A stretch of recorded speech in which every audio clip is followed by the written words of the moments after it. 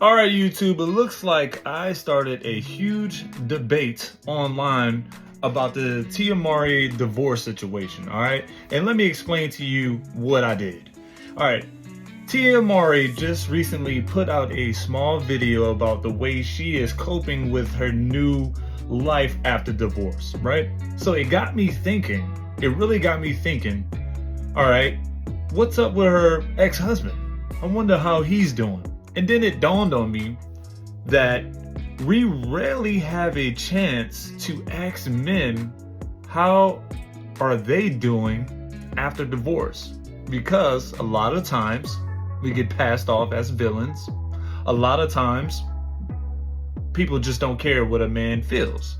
So guys, I'm gonna just play the short that I made and we're gonna jump into some of the comments and let's just talk about it. And I have a really important fact that I'm going to share after I share the comments in the clip to tie all this in together. And it's a big one. It's going to have you really thinking. So let's just jump into the clip real quick and take it from here. This is my short. Divorce feels like a whirlwind journey. I found that through the process, divorce isn't a place where we arrive. It's entering a new chapter of life with many nuances and no one-size-fits-all handbook. One moment you're relieved, feeling like you've conquered something significant. Then suddenly, waves of emotions hit you all over again. It's a side of divorce that isn't often discussed, especially when there are kids involved. Why is it that we never have a chance to ask men how they're doing after the divorce? They're always kicked to the side because we're always almost painted as the automatic villain in the situation. How's Corey doing? Why haven't we heard from Corey? Somebody answer, and no offense to you, but why don't we ask how are the men doing after the divorce? We never ask that. Ooh, so man, I mean, the short took off briefly for me. I mean, I don't have too many shorts that go off, but you can always visit my page and check out the short. But nonetheless, the comments are just as expected, you know, the camaraderie of women that's jumping into the comments, really letting the whole question go right over their heads and really saying stuff like, Corey has a mouth. Why you don't have Corey? Ask Corey. Corey doesn't want to go on social media and share his business. He has all this and that. But the whole fact of the matter was, guys, I was asking a simple question. We all have maybe know a couple that has gotten a divorce, right? And the man is really just almost forgotten about because we naturally assume like, okay, let's just check on the ex-wife, make sure the kids are doing fine, whatever it may be. A lot of times, I'm not saying that this is happening all the time, but a lot of times. So the comments, I mean, they were going ham. Let's just go ahead and read some of these comments real quick. All right, guys, here's a few of them. And I have time to really go crazy and deep dive and just take a few snapshots. Here's the first one. The question is BS simply because there is no need for a man to be asked. Just right there is tough because it's just like, why would we just not ask a man if he's okay? You already assume that a man is supposed to be okay on the surface and doesn't need to be asked if he's okay after a divorce. No, that's not, I wouldn't think that's right. All right, a man doesn't need to be asked. He simply needs to state that he's okay. Come on now, that's not fair. The next one is, usually we're the ones filing the paperwork after years of asking how you doing. Okay, another example of a selfish kind of comment where we're not just saying, hey, we understand that you've been asking all these questions, but after the divorce, do we have a chance to ask the guy how he's doing? No, because hey, here we go. We're always running to the woman to see if they're okay. Then the next one, it's not a woman's fault, it's a man's. If he doesn't have friends or family that's willing to ask him how he's doing, he has women. As women, we have friends and family. They care about how we're doing and they take the initiative to ask us. Maybe the man's friends should, I don't know, also ask. So I take it's just saying that men really don't ask other men, how are you feeling? And then naturally, I would assume that we don't like to go to other men complaining, talking about stress, because look, men already got enough stress on their hands already. I can call up a guy, he's like, man, leave me alone with all that crap. And that's one thing, man. But the seriousness behind the divorce, right? It's crazy. It says I had several friends that went through divorce, and not because of them. And I know you're thinking like, yo, man, you're crazy, man. It's usually a guy's fault. No, man, this guy, I know a guy that got cheated on. His wife cheated on him with a coworker. They got a divorce. That's one. I got another guy that married a younger partner, but when he went through a mourning phase, she wound up divorcing him because she couldn't live through that.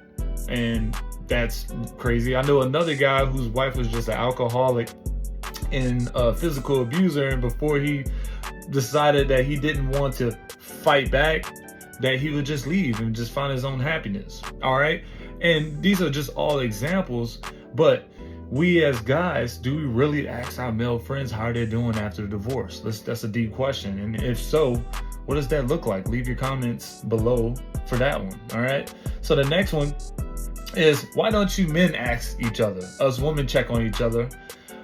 Are our friends supposed to check on our ex-spouses as well? I would assume so. If y'all have a community of friends that, once were around you as a couple, wouldn't you say that, hey, like, everyone gets checked on?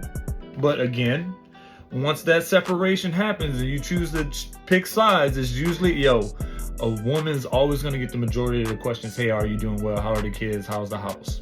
A man is just like, I guess he's doing all right. And a lot of times you get that, yo, man, I'm doing all right, because we don't want to really say how we're doing, but just a checkup. I mean, a checkup, like a real checkup, is not that hard. All right.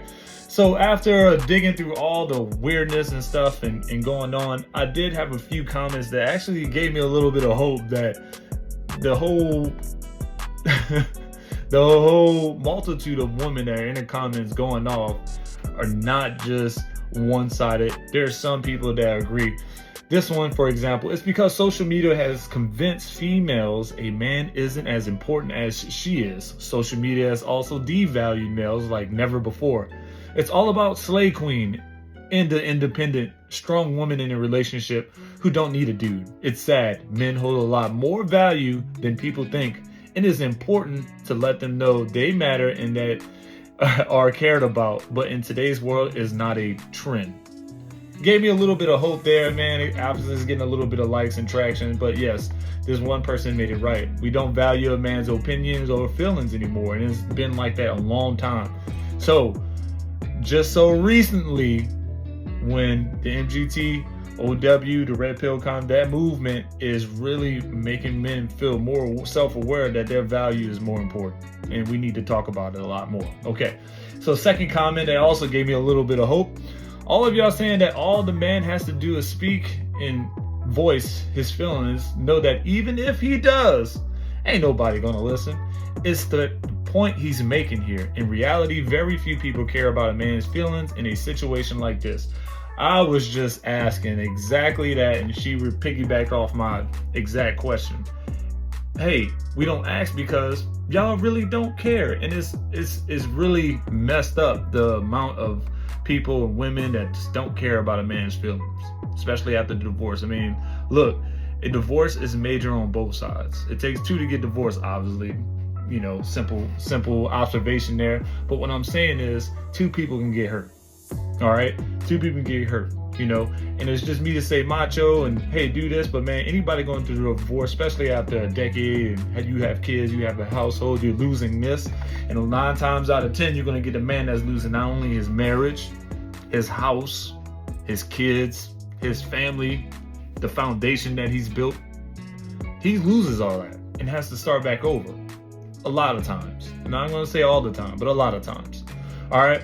So they got me thinking, man, we really need to check on our divorced male friends, man, and really just get that a little bit more attention. Let's bring some awareness after this video, because here's the important fact that I was trying to tell y'all about right here that ties all this in together. And I thought about this as I was reading these comments. I'm gonna read it out loud to you. Divorced men were over 8 times more likely to commit the S word than divorced women.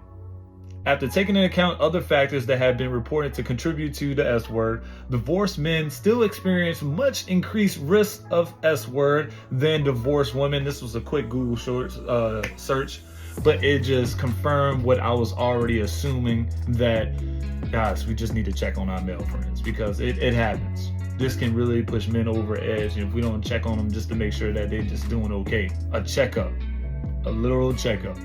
All right, so if you got a divorced male friend, go out there and check on them, man. It's not that hard. All right, guys, but that's it. If you found some value in this video, please like, comment, share your thoughts below, and yeah, man, check on a friend.